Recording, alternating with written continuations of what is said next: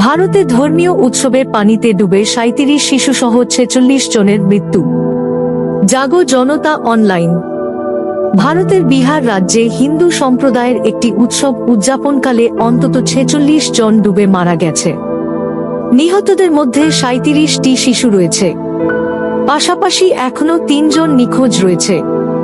বৃহস্পতিবার ২৬ সেপ্টেম্বর মার্কিন সাপ্তাহিক সাময়িকী ব্যালেন্সের প্রতিবেদন থেকে এ তথ্য জানা গেছে।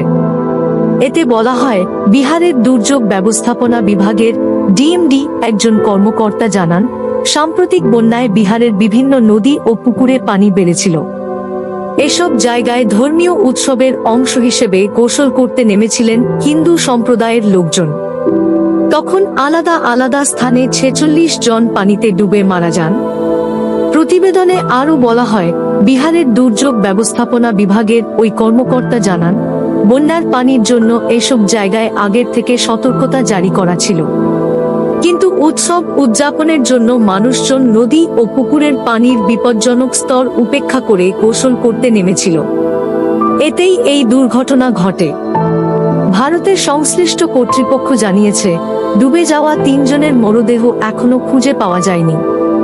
সেগুলো উদ্ধারে তৎপরতা চলছে। জানা গেছে, হিন্দুদের ওই উৎসবের নাম জিতিয়া পর্ব। সন্তানদের মঙ্গলের জন্য মায়েরা এই উৎসব পালন করে থাকেন।